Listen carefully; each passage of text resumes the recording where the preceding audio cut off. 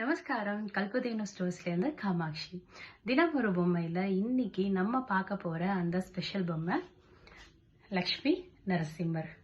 So Lakshmi Narasimhar எல்லாரும் வழிபடக்கூடிய சாந்தமான நரசிம்மர்.